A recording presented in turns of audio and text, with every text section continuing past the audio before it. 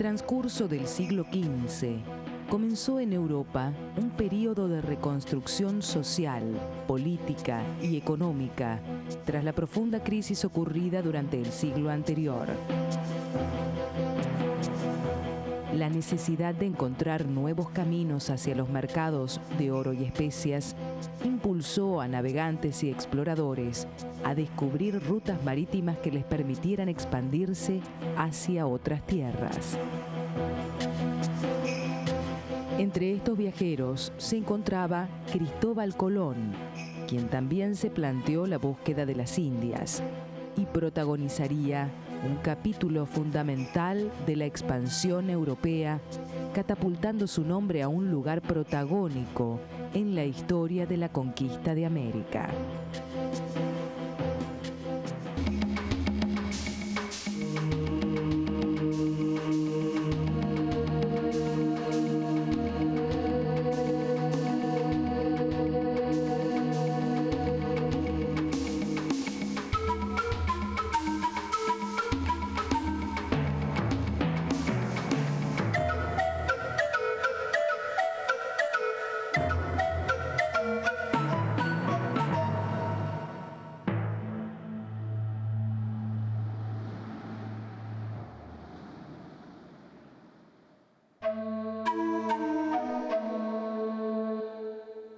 Nacido en Génova en 1451, Cristóbal Colón recibió una educación semejante a las del resto de los jóvenes de su época. Estudió geometría, cosmografía, latín y adquirió una formación técnica como dibujante de mapas y calígrafo. Desde muy joven vivió una notable experiencia como marino. El gran aprendizaje en temas oceánicos lo obtuvo en Portugal, donde vivió más de 10 años. En 1479, Colón se casó con la hija de Bartolomé Perestrelo, un renombrado explorador portugués. Perestrelo despertó en Colón la pasión por descubrir nuevos territorios. En el momento en que se está produciendo la navegación astronómica, Colón es un navegante de estima, es un navegante de práctica, posiblemente uno de los prácticos más importantes del Atlántico, pero no es alguien que navegue mirando los astros. Esto lo hace una persona marcadamente diferente frente a los navegantes portugueses.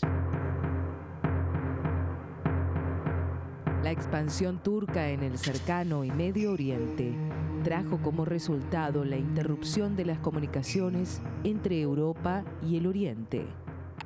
Esta situación obligó a los estados europeos a buscar caminos alternativos a través del Océano Atlántico. Portugal, costeando la costa africana hacia el sur, y España, a través del proyecto de Cristóbal Colón, hacia el oeste.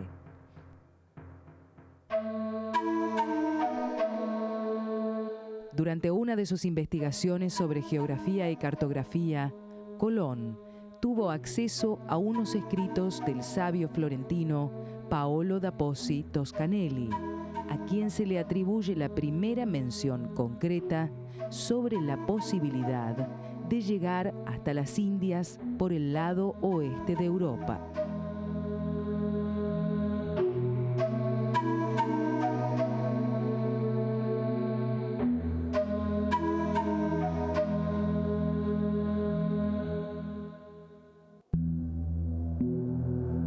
Según las conjeturas de Colón, navegando por el oeste, encontraría Zipango, actual Japón, después de atravesar el mar de los Sargazos.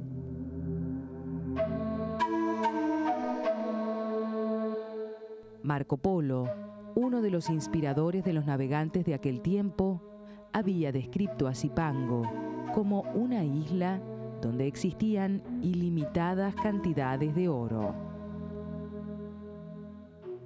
Colón tenía una relación con los navegantes en esa época como un marinero más. Era un capitanejo sin fortuna que vagaba por las calles de Sevilla, se encontraba en las fondas y en las posadas con otros marineros, conversaban, se intercambiaban proyectos. Él tuvo una amistad muy importante y muy interesante en cuanto al proyecto con Américo Vespucio, que era también un florentino que por esa época estaba en Sevilla y que tenía sueños parecidos, a pesar de que en ese momento Vespucio simplemente tenía un cargo de comerciante en ese momento y ni siquiera soñaba en largarse a la mar. Colón sigue siendo una figura misteriosa porque es alguien que parece estar imbuido de un proyecto de alguna manera casi mesiánico, y lo que está buscando efectivamente es una nueva ruta, pero al Asia, y de hecho él está convencido que llegó a las Indias Orientales. Y lo que busca es, entre otras cosas, es riqueza, pero al mismo tiempo con un espíritu muy complejo, muy imbuido, muy religioso. Es difícil hablar de un proyecto colombino. Colón es un navegante de estima, muy experto, que tiene la idea clara de que si se pasa el estrecho de Gibraltar, a algún lado se llega, y que está absolutamente convencido de que se llega a las Indias. En 1485, Colón presentó su ambicioso proyecto ante el rey Juan II de Portugal. Pero la corte portuguesa, más interesada en la ocupación progresiva de las tierras africanas, rechazó su propuesta. Colón partió hacia España con el fin de transmitir su propósito a los reyes católicos. Pero los soberanos estaban completamente embarcados en el intento de recuperar Granada, el último reducto árabe en la península ibérica. Pasaron 6 años hasta que la reina Isabel la Católica decidiera impulsar la misión de Colón.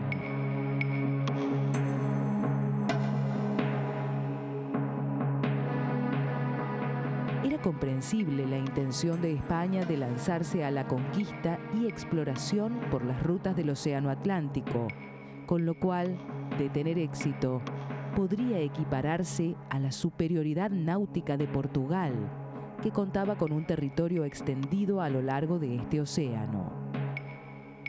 Portugal mantenía grandes ventajas con respecto a las exploraciones marítimas, abocadas por entonces al reconocimiento de la costa atlántica africana. Colón piensa en el comercio que va a poder establecer al llegar a las Indias, un comercio de alta rentabilidad. Llevar poco, comprar mucho y vender lo comprado barato a altos precios en el mercado de las ciudades del occidente europeo. El 17 de abril de 1492 se firmaron las capitulaciones de Santa Fe, un acuerdo establecido entre la corona española y Colón. En caso de alcanzar resultados positivos en su expedición, al marino le serían concedidos los títulos de almirante del mar del océano, así como el virreinato y el gobierno de las tierras que se descubriesen. Además, obtendría el derecho a 1/5 parte de las mercaderías y la 10ª parte de los metales y las piedras que se extrajesen.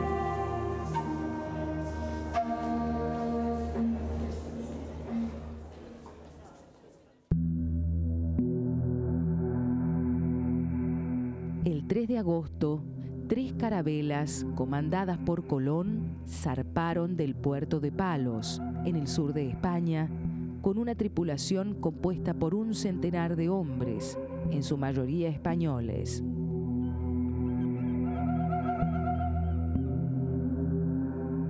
En su diario de viaje, dice que vio sirenas y que no son como las pintan, son mucho más feas.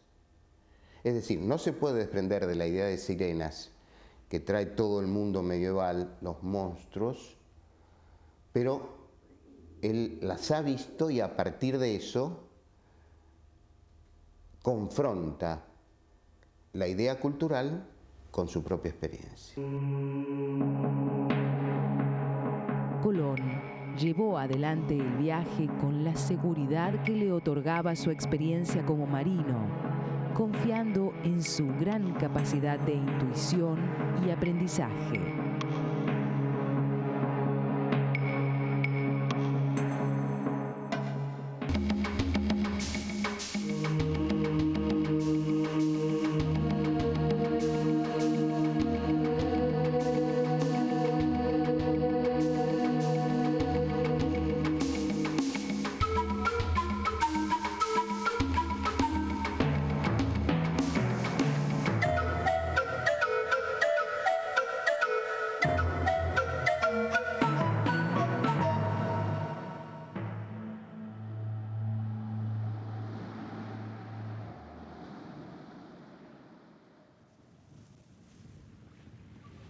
El 12 de octubre, los tripulantes avistaron las Antillas. Llegaron a una de las islas de las Bahamas, Guanahani. Colón tomó posesión de la isla en nombre de los reyes de España y la rebautizó como San Salvador. Obsesionado por dar con Zipango y sus riquezas, Colón continuó con la exploración. Así fue como llegó a Cuba y luego a Haití, a la que llamó La Española. Aún convencido de que estaba en el Asia, él ya por viejas leyendas y testimonios y crónicas, sobre todo de Marco Polo, por ejemplo, tenía la idea de que se iba a encontrar con palacios riquísimos, el oro a flor de tierra, esclavos incluso para poder traficar. Y de hecho lo único que encuentra son esclavos, nada más, porque en cuanto a palacios de oro, nada, hay solo chozas de caña, barro, mosquitos, enfermedades. Y todo lo que hace una vez que regresa a España es llevar como botín una serie de esclavos, que es lo único que en principio puede reportarle un beneficio económico a su viaje. En La Española construyó un fuerte, La Navidad, y dejó allí a algunos de sus hombres. Siguió en camino hasta llegar a Santo Domingo, un extenso territorio en el que se instalaría el centro de la colonización del Caribe. El primer viaje es más bien un viaje de prueba, donde Colón se compromete a comerciar con el Oriente. Si encuentra algo, será de los monarcas españoles. Tierras me refiero, islas me refiero. Pero lo fundamental es comerciar, trocar, como dice explícitamente la capitulación, con altísima renta para el mundo, sobre todo castellano. Colón fracasa estruendosamente. En su diario se ve día a día esta frustración enorme de estar en las Indias y no ver ciudades, y no ver comerciantes, y no ver todo aquel mundo de riquezas que había contado, por ejemplo, Marco Polo a fines del siglo XIII, y que estaba en el inconsciente colectivo de toda la gente. ¿Qué hay en el Oriente? En 1493, Colón emprendió el regreso a España llevando algo de oro, papagayos, plantas exóticas y un pequeño grupo de indígenas.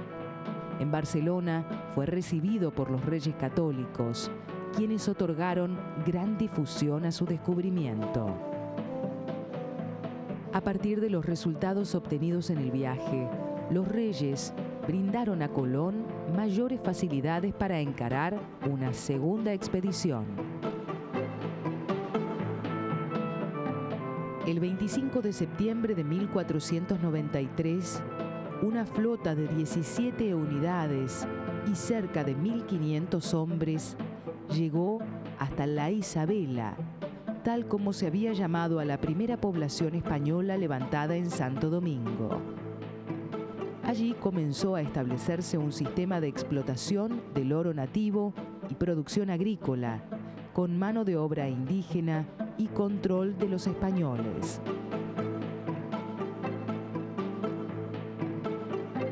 La Isabela, que fue la primera población española, era una ciudadela muy pequeña, muy rústica, gobernada por los españoles que habían tomado el poder por la fuerza frente a la escasísima cantidad de indios que había en ese lugar. Y tenía una especie de pequeño poder ejecutivo, un gobernador, y las relaciones entre indios y españoles eran absolutamente tensas. Colón necesitaba aumentar las remesas para responder a las presiones de la corona. Esto lo llevó a imponer a los habitantes de la Española un tributo en oro y algodón. Para lograr ganancias más cuantiosas, ordenó que los españoles impusieran una mayor exigencia al trabajo a los indígenas. En 1496, Colón decidió regresar a España, dejando a su hermano Bartolomé al frente de la Isabela. Pero los habitantes españoles, cansados del que consideraban un negocio exclusivo entre Colón y la corona, organizaron una rebelión contra el almirante encabezada por Francisco Roldán. En mayo de 1498, Colón emprendió su tercer viaje a América. Encontró a la Española con un gobierno repartido por territorios, cuyas autoridades disponían de la mano de obra indígena para servicios personales. Con órdenes españolas de establecer una colonia en el lugar, Colón no encontró más alternativa que negociar con los rebeldes.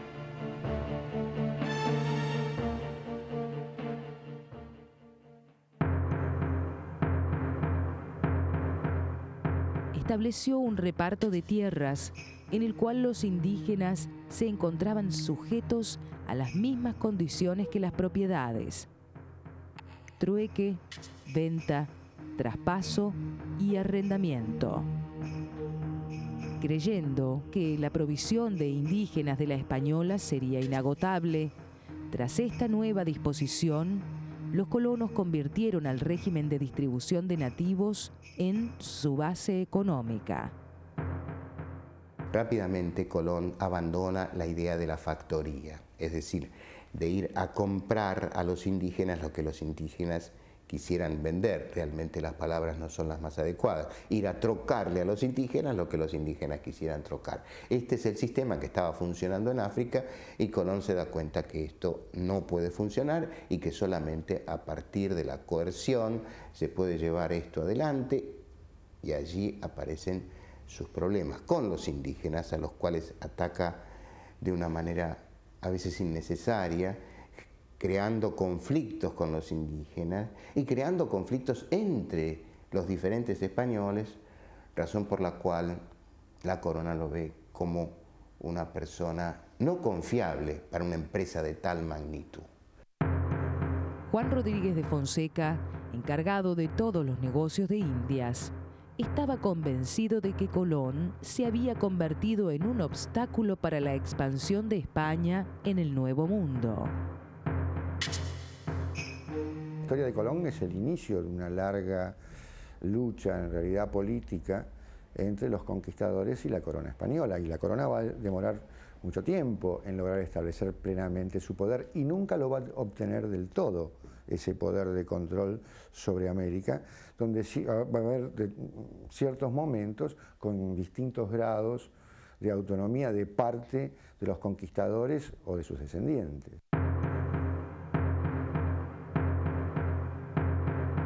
La solución fue nombrar un juez pesquisidor, Francisco de Bobadilla, quien viajó a la Española con el fin de apartar a Colón de la gobernación de la isla. En octubre de 1500 se anularon los privilegios de las capitulaciones de Santa Fe y Colón fue encadenado y embarcado hacia España, donde lo esperaba la prisión. Su detención fue apoyada por numerosos detractores con los que contaba en la isla, quienes manifestaban su enemistad con el navegante. Tras 6 semanas de arresto, los reyes católicos dieron la orden de liberar a Colón. En 1502, el marino decidió emprender un cuarto viaje hacia las nuevas tierras, con la intención de explorar el oeste de las Islas Caribes y buscar, una vez más, el camino a las Indias. Enfermo de gota y sin mayores privilegios que los de cualquier navegante, Colón regresó a España, donde permaneció hasta su muerte. En 1502 llegó a la Española el gobernador Nicolás de Ovando, con una comitiva integrada por 2.500 personas. Al año siguiente, se institucionalizó el trabajo obligatorio de los indígenas para el gobierno español. El control económico de la isla quedó en manos de Ovando. Con el nuevo régimen, los españoles intentaban sacar un mayor provecho de los indígenas en periodos de tiempo más cortos. El rey Fernando de España necesitaba extraer mayores cantidades de oro de la Española para sustentar las guerras en Francia y en Italia. La situación de servidumbre era total. La explotación crecía abruptamente. La disminución poblacional de los nativos llegó a niveles alarmantes. La relación es directamente de explotación por parte de los españoles de la población nativa en América, y por otra parte la llegada de los españoles va a provocar primero en el Caribe y después en el continente lo que llamamos de alguna manera una catástrofe demográfica. La población americana desciende enormemente en el primer siglo de la conquista. Si uno toma las cifras para México Central, por ejemplo, se calcula que antes de la llegada de los españoles había una población indígena de aproximadamente 25 millones. Esa población va a caer en tal vez menos de un siglo a 1 millón. En 1508 quedaban 60.000 nativos de los 400.000 que había encontrado Colón al llegar a las Antillas. En 1514 el rey envió a Rodrigo de Alburquerque a repartirlos como bienes entre los sectores burocráticos de la isla. La concentración de la mano de obra en un grupo reducido provocó, entre el resto de los colonos, la necesidad de explorar otros territorios para conseguir indígenas que trabajaran para ellos. Durante los años siguientes se emprendieron sucesivas expediciones que culminaron con la toma del resto de las Antillas y el descubrimiento de nuevas fronteras de tierra firme.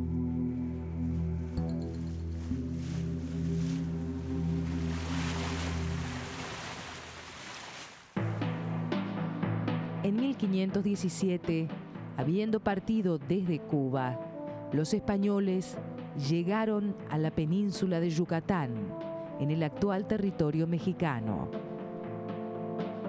A esta altura ya era indudable el enérgico avance del mecanismo de conquistas territoriales puesto en marcha por Cristóbal Colón, quien murió en 1506 sin haber reconocido nunca a América como un continente ubicado entre Europa y las Indias.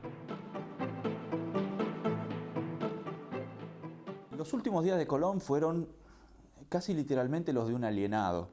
Colón aparentemente enloqueció en sus últimos años, tuvo Se dice incluso que, fruto de sus amarguras, se encaneció de un día para el otro, que probablemente sea parte de una leyenda, pero lo cierto es que vivió muy